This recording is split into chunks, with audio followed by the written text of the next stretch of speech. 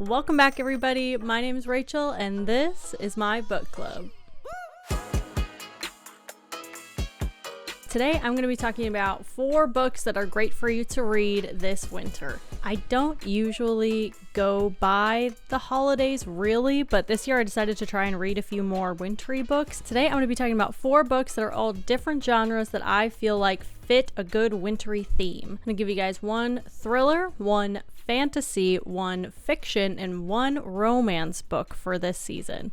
First up will be the thriller. So I read Rock, Paper, Scissors by Alice Feeney, and she's written a lot of thrillers, and this one, obviously, if you can tell by the cover, is winter themed. This happens in February in Scotland. So this is a creepy wintry thriller where we are following Mr. and Mrs. Wright, who are on this weekend getaway in the middle of nowhere, Scotland, in hopes of saving their marriage. It's hinted at that they've been going to counseling, and this is kind of their last ditch effort to kind of, relax with each other and kind of hope that they can fall in love with each other again if they finally take this weekend away.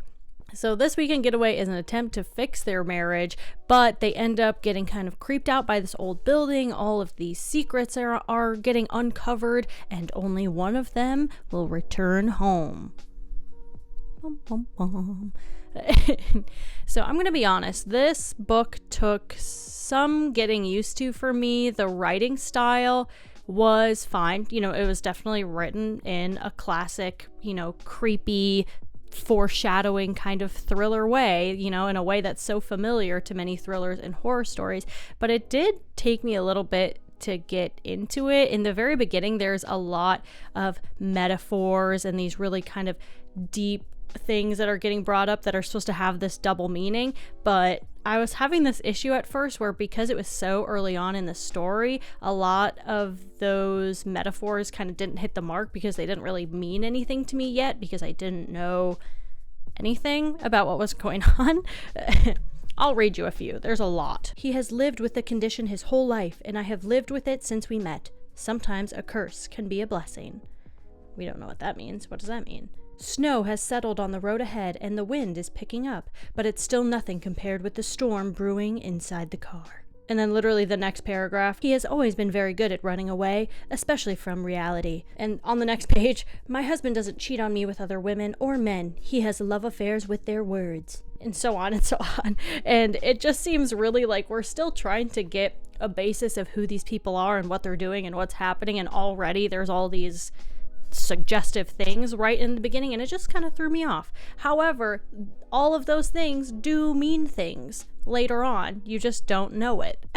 So if I'm being honest, although it did take getting used to, it is pretty well written, actually. Like, everything that's written in the first 3/4 of the book is written in a very specific way, so that way when the twists hit you at the end, they're so crazy. Like, this book has some insane twists. I really enjoyed them, and I was spending a lot of time flipping back to the beginning to reference what they said earlier on, and it does start to make a lot more sense. It's just getting there. And so I was pretty happily surprised. Normally, in my opinion, thrillers are pretty basic, and they can be really divisive. Obviously, thrillers don't always make a lot of logistical sense because they're just trying to freak you out, kind of. But I actually thought this was really well thought out, and the twist was really good.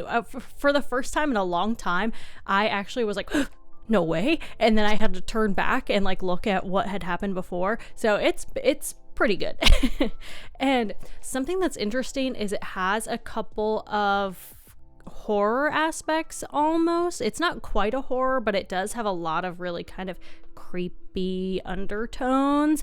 And I was actually, when I was done and I was going to bed, I was feeling a little extra scared of the dark that night. So I gave this book, I think, 3.5 stars because it was pretty good, actually. And I think if you're looking for a good thriller where you can just kind of read and go at it and not really think about anything and just enjoy it, this is a pretty good choice. That's my first book, The Thriller, Rock, Paper, Scissors by Alice Feeney. Book number 2 is our holiday romance, and I read In a Holidays by Christina Lauren. And if you read the blurb on this book is a classic Hallmark level movie rom-com X Groundhog Day. So we're following our main character, May, and she's at a point where she feels like she's hit a dead end in her life. She doesn't like her job, she's single, she lives with her parents, and she says many, many times that the thing she looks forward to and the thing that makes her happiest is the week away that she spends with her parents at their friend's cabin for Christmas. We start off this book at the end of their week-long holiday for Christmas, and they are leaving, and on their way back to the airport, they get into a car accident, and May wakes up and she's suddenly back on the plane flying to Utah for her week-long Christmas. And that is the start of this whole Groundhog Day theme, where she's trying to figure out, what makes her happy. Why does she keep going back in time? Also, there's a couple, cute boys. Her family friends' sons are also super cute, and that is kind of cool. And whatever, rom-com ensues, right? When I picked this book, it sounded fun and it sounded like an easy read, but also I knew, like, I was 100% confident going into this that this was going to be really tacky and that I was going to be like gagging reading this, because normally these kinds of things are not something I enjoy reading. I think it's really easy for me to read romance and find it shallow or lacking. And so oftentimes when it comes to things, especially with a premise like this, where I know I won't like it and I read it and it's tacky and I set myself up for failure and then I don't like it. And that was kind of how I went in. That's kind of how I went into this book, which is why I got it on my Kindle and not as a physical book. However, this book really took me by surprise. I've never read Christina Lauren before. Instead of this book being disgustingly tacky like I thought it was going to be, it was disgustingly sweet and funny.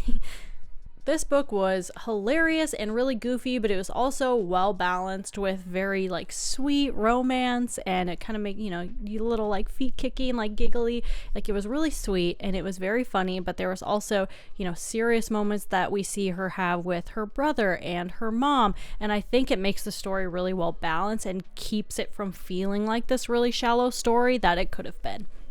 So if you like romance and you're looking for a really sweet holiday romance, I thought this was like really perfect. Like it hit all the marks of it being cozy and Christmassy, funny, sweet. It was very good. My only critique, which I have to mention, is there is a point, like third act, where her and the super cute, super handsome boy of her dreams finally get into like a little fight, right? That third act breakup. And then they like stop talking and he kind of freaks out a little bit. He like throws an actual tantrum. And that gave me like the mega ick. And then later on, when they finally like talk about it again, he's like, oh, well, like it wasn't like over between us. I was just upset. And I thought that was yucky and immature.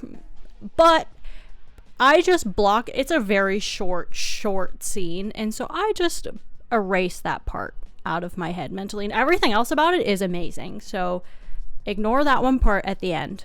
Otherwise, it's all really good. I gave In Holidays 4 stars. Really just that one kind of yucky bit was all that took away from the story. It was kind of a waste of time. Didn't need to happen. And other than that, I thought it was so lovely and so sweet. And it actually made me really excited for Christmas. So holiday romance suggestion, book number 2, In Holidays by Christina Lauren. And book number 3 will be my literary fiction suggestion for this winter, Beartown by Frederick Bachman. Now, I have seen this book everywhere. I feel like everyone has read Beartown or A Man Called Otto, or what is it? A Man Called Ove. The movie is A Man Called Otto. That's what it is. But A Man Called Ove, Beartown. He has some other ones that I've seen. Like, I feel like I see his books everywhere, so I feel like everyone's read something by him. This is the only Frederick Bachman book I've ever read, but I have heard that this is a little different than what he usually writes, but everyone loves this, so I thought I would try it. Now, this was one of the ones where I was really confident that I was going to like, because I've seen so many people that I follow who said that they really liked it and that it made them absolutely sob, and that is exactly what I was hoping for. If you can't tell, I annotated the crap out of this book, which I haven't done in a long time. I haven't really left notes in a book like that in a long time, but I had to for this one. The thing that makes sports books and movies so popular and so moving and so inspirational is that they're never actually about sports.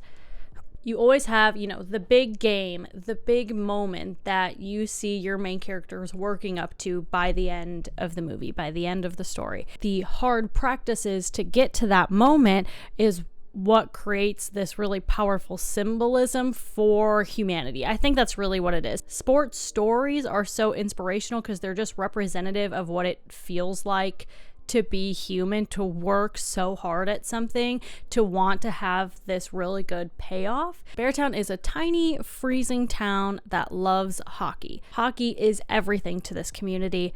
This book is about hockey, but also about everything else. Miracle on Ice is more than a hockey movie. Coach Carter is about more than basketball, and Blindside is about more than just football. And Beartown is about so much more than just hockey. This book was beautifully, beautifully written. This was some of the most intense writing and really emotionally evocative prose that I've read in a very long time. Every single sentence, every single scene where we see these snippets of different families in Beartown have a very specific purpose in how it's supposed to make you feel and how it moves the story and how it moves you. Honestly, I think if the writing wasn't so beautiful, if Frederick Bachman wasn't so talented, I don't think I could have finished this book. But if this book had been even 1% worse, I wouldn't have been able to finish it. This was genuinely the most depressing book I've ever read. I was seriously sad for a few days, and I can't explain any of it because all you are supposed to know is that this book is about hockey. But there is so much that I am getting choked up. This book hit really deep and it hit really hard, and it made me feel very hopeless inside, following the journeys of these people and these families and these kids. There's just no way to explain it. There is something soul crushing about reading this book, but also there's so many sweet moments and it can be so uplifting. And I wrote myself all these notes to talk about, and I just can't stick to my notes. This book is phenomenal. I gave it 4 stars only because I actually had to put it down for like a day because I couldn't handle reading it. If you're the kind of reader who benefits from looking at trigger warnings, I certainly would before picking this up. However, I think if you have the emotional stability to make it through this, it is really, really worth it. It will just also destroy you along the way. So this is book number 3, my literary fiction recommendation for this winter, Beartown by Frederick Bachman. The 4th book will be my winter fantasy suggestion, A Winter's Promise. Now, I gave this book 5 stars. I'm going to tell you that right off the bat. I did not think I was going to like this book at all. Actually, I thought I was really going to dislike this. I assumed it was going to be slow and simple and not very exciting. All of the reviews I've seen from other content creators that I watch and that I read online all suggested that this book was very atmospheric and very whatever, just a lot of words that in my opinion mean that it's gonna be boring. I even read this one really long review of this girl, I forget her name, maybe I'll put it up here if I remember to do that. She hated A Winter's Promise, and she talked about how the characters don't make any sense, and they were all like caricatures of the things they were supposed to represent, and the romance was trash, and it didn't make any sense. And so I read this, and I was like, word, I'm not going to like this book, but I'll read it because I know a lot of people that like it, and maybe I will have a certain group of people that I will want to suggest this to. So I read it. And that lady was completely wrong. I adored this book. Ophelia lives in this post-apocalyptic world where the world has split into essentially what I understand to be floating islands in space called arcs. The world has split into these separate land masses, and on each of these land masses they are governed or protected by a spirit or what seems to be, like a god or goddess. Each of these gods or goddesses has given their descendants these magical abilities. So each arc has essentially a magical specialty. And our main character, Ophelia, is promised in marriage to a man from a different arc, and we're not given very many details about it, but it's obviously, some political drive behind it, something about, her family and her abilities mixed with his family and his abilities, whatever. All these things are suggested, but Ophelia's never told why he was chosen as the person she would marry. Going back to the reviews that I read, every single person who's ever read this book says it's atmospheric, and it definitely is. I've never read a book where I have felt the setting so strongly. It's one thing to have powerful imagery, it's another thing to have well-developed characters, but here it was genuinely like you could feel the room that you're in. It feels a lot more like watching a show. Like, something that's I always say is really interesting when you consume different kinds of content is TV and movies, I think, have a really nice way of portraying subtle feelings and emotions when you have really talented actors and actresses where they can have, you know, a twitch of the eye, a downturn of the lip, and you can consume all of those details without having to write it out on the page, every little thing that's going on, to try and convey this mass of emotions and the scenery that you're in. It's, you know, movies and TV can just convey a lot of information with the visuals to go along with dialogue and everything else. Something that's really amazing about this book is I feel like it created that scene and that feeling, but it was still fairly subtle, and I didn't feel like I was just reading pages and pages of world building. Like it was very well done, and I really enjoyed that aspect of it. That one review said that a lot of the characters seem like caricatures of what they're supposed to represent. However, hear me out, the characters are all very dramatic, right? And in a lot of ways, you could say they're silly, goofy, you know, maybe a little one-dimensional. But towards the beginning of the book, I could not get the imagery out of my head of this book in the style of like Atlantis or Treasure Planet. And then from then on, I was just in love with this book. Like, once I kind of had that picture in my mind, I could not stop loving this book. I think it does all of the good things that a YA fantasy is supposed to do, right? It is intriguing. The characters are, what am I trying to say? The characters aren't one-dimensional, but they aren't overly complicated where the different kind of side plots get lost in the sauce of like the magic and everything else. I thought it was really good. It was very nice. Like, I just truly enjoyed reading it, and I loved Ophelia. Some people really hate on Ophelia. I thought she was awesome. She is, okay, and hear me out, this isn't a YA fantasy, so you should all be impressed. Ophelia is one of my least favorite things that people do in fantasy and just YA in general is make these really, really blank slate main characters for the reader to project themselves onto, and it makes the plot flow really easily because the main character is actually fairly inconsequential. Whenever you experience diving into a new fantasy world for the first time and it's really good, like I had that feeling reading this, and I just feel like it was so comforting to read a book that was so up my alley, right? And is something that I've read for my whole life, and it was just so enjoyable. So a great pick for a winter fantasy read is A Winter's Promise. So those are my 4 books that I would suggest for you to read this winter. Thank you guys again for watching. Don't forget to like, comment, and subscribe. Don't forget to add me on Goodreads so I can see what you're reading, and I'll see y'all next time.